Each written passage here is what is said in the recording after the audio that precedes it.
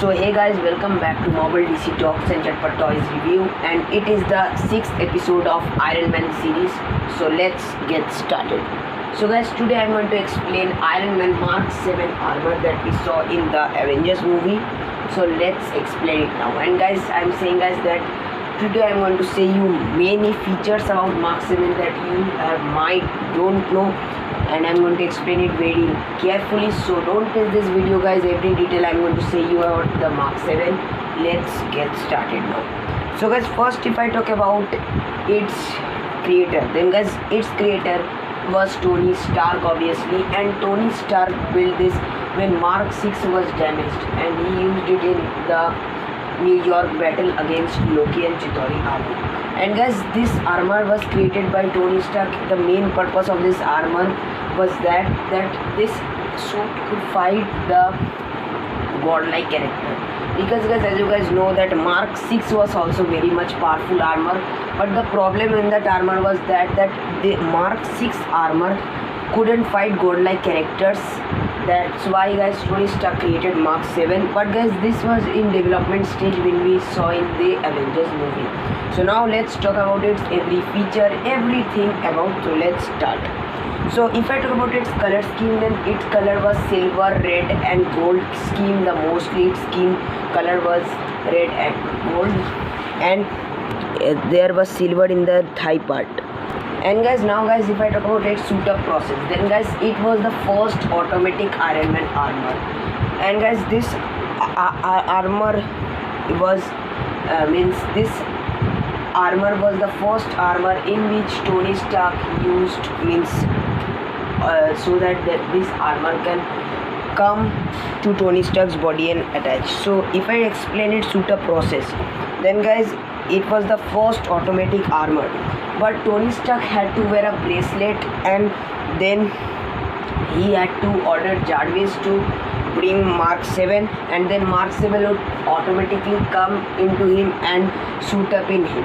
So guys, this we saw when guys as you guys know that Mark 6 was damaged and Loki had thrown Tony Stark down the Stark Tower. On that time Tony Stark ordered Jarvis to prepare the Mark 7 armor, and then Mark 7 tracked the bracelet of Tony Stark and suit up in Tony Stark's body.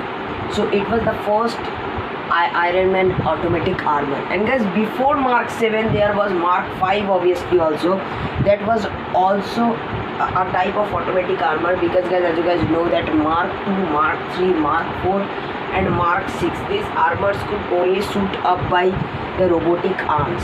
So on that time, except Mark 7, Mark 5 was also one of the armor that could be suit up easily. But guys, Mark 5 was actually not automatic. Tony Stark had to wear the suitcase, then the suit would form. But guys, Mark 7 had an automatic feature. So if I talk about portability and automaticity, then Mark 7 is far much better than Mark 5. And guys, Mark 7 was very much nicely for suit up process. And guys, if I talk about its power core, then its power core was New Element Arc Reactor Mark 1. And guys, if I talk about composition, then it was made up of gold titanium alloy with collapsible platings. That's why guys Chitauri army attacked on him with various alien technology weapons, but still this armor was able to save Tony, because it had collapsible platings also that saves Tony from godlike beings energy attacks. That was a very powerful thing. Now guys, I am going to talk about the capabilities. So guys, it had superhuman strength, super durability, flight, super reflexes like features. But guys, its strength capacity was very much low, because guys, as you guys know that it was in development stage when Tony Stark used it in the Avengers movie, and that's why guys its strength capacity was very much low, and its power energy was also very low.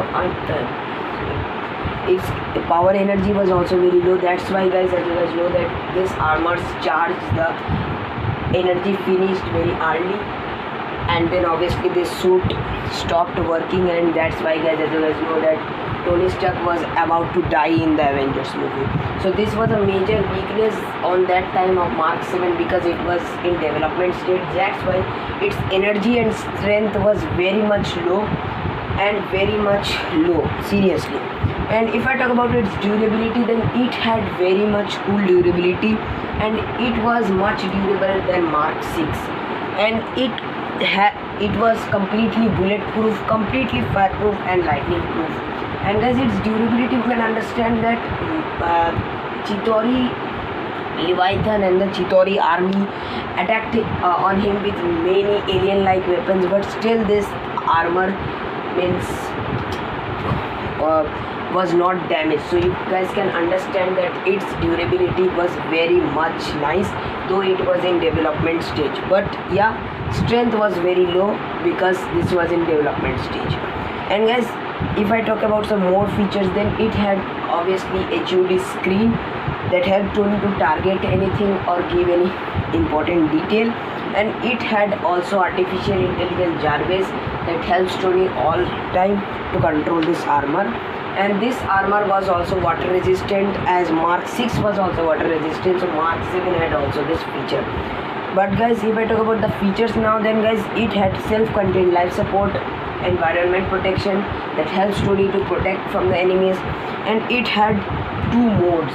First mode was battle mode and second mode was regular mode. In regular mode, Tony Stark can beat the enemy simply, but there was battle mode. And when Tony Stark on the battle mode in the New York fight scene, as you guys know, on that time many powerful weapons had unlocked on the suit, and Tony Stark was more nicely fighting with the Chitauri army. So this battle mode was very much strong and powerful, and it was specially made to fight with some god-like beings.